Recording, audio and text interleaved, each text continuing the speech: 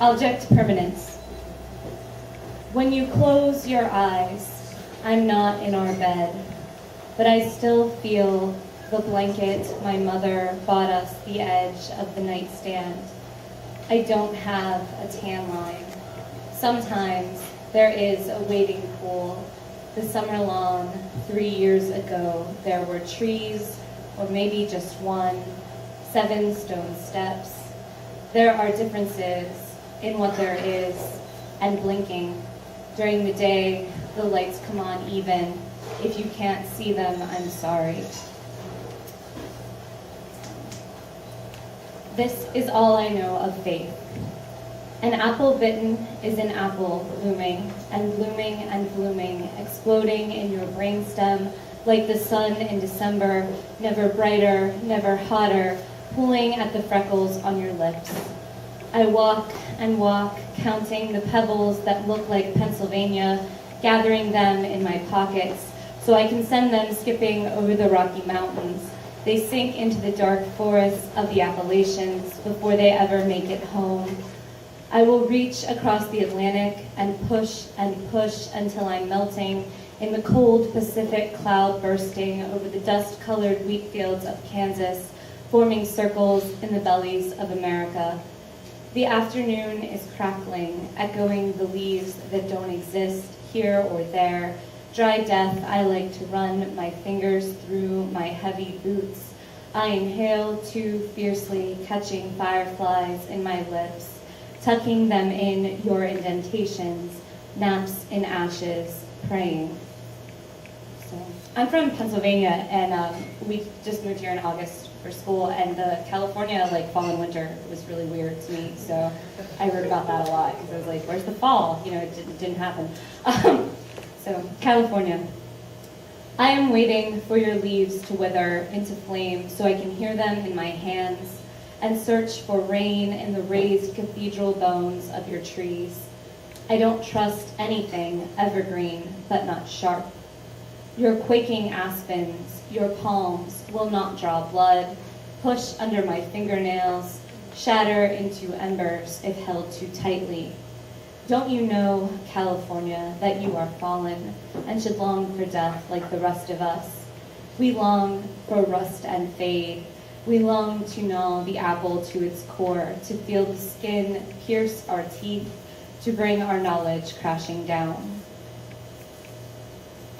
The title of this next poem is a logical fallacy, so it's in Latin, but it translates to before this, therefore because of this, or after this, therefore because of this, which doesn't make sense.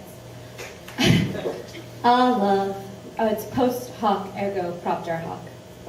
Love, we have circled back. I brush back your earlobes and my angry. Swallow, swallow, we are so unlikely.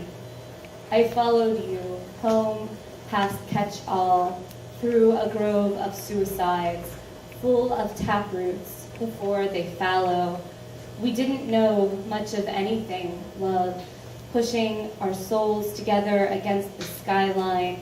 You made me a home and wallowed in me, sitting between my eyes, directing all questions to the back of my head, drinking coffee curled cozy in my molars. I found your lesson plans in my pelvis, your socks hung neatly across my ribs. But you taste like the small, hard apples my father would pull from leaf piles, like copper, like dry leaves. We are so unlikable.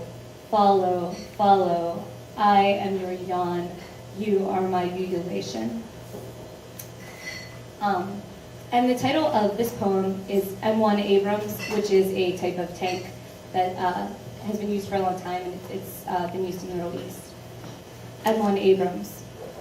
Blank-fisted, we have forward, phalanx blasted, march, ruddy, blistered, we have gathered cells of sand, catching pooled palms, pixelated, diaphragm rod back, boots, black, slick, fountaining, we have nothing but the rubber roundhouse, the fourth-faced boys, bungled, bangled, banged up, bulging, bugle me boy.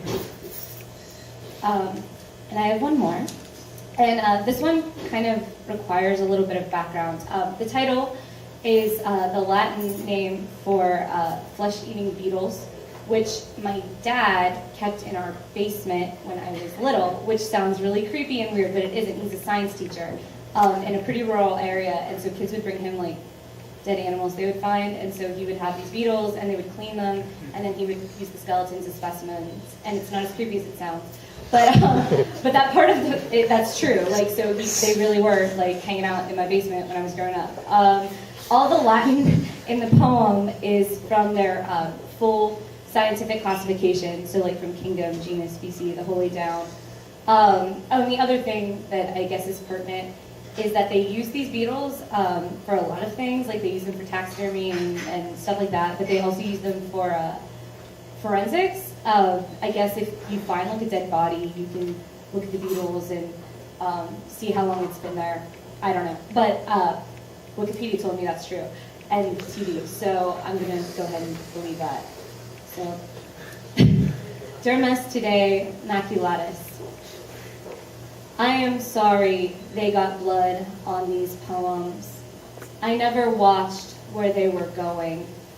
I heard them, though, the only sigh pressed through your lips. Ah, animalia arthropoda. Basement dwellers my father bred for roadkill. Nothing but the living could make it so clean, not immaculate. The click-clack of insecta coleoptera, boneless on bone, the only sight pushed under perfect oval fingernails. The yellow rib cages, blue-purple joints, a colony of devouring under my pillow. They eat the dead wandering through my ears. I am sorry they dragged flesh across this mythology. Show them my teeth. They will recognize me. Gather my remains. They will recycle me. My secrets they will digest, but they will tell. I am sorry they tracked yesterday across the floors. Bos trichiformia, Bos trichoidea. Bye, bye, bye, bye, bye, bye. Thank you.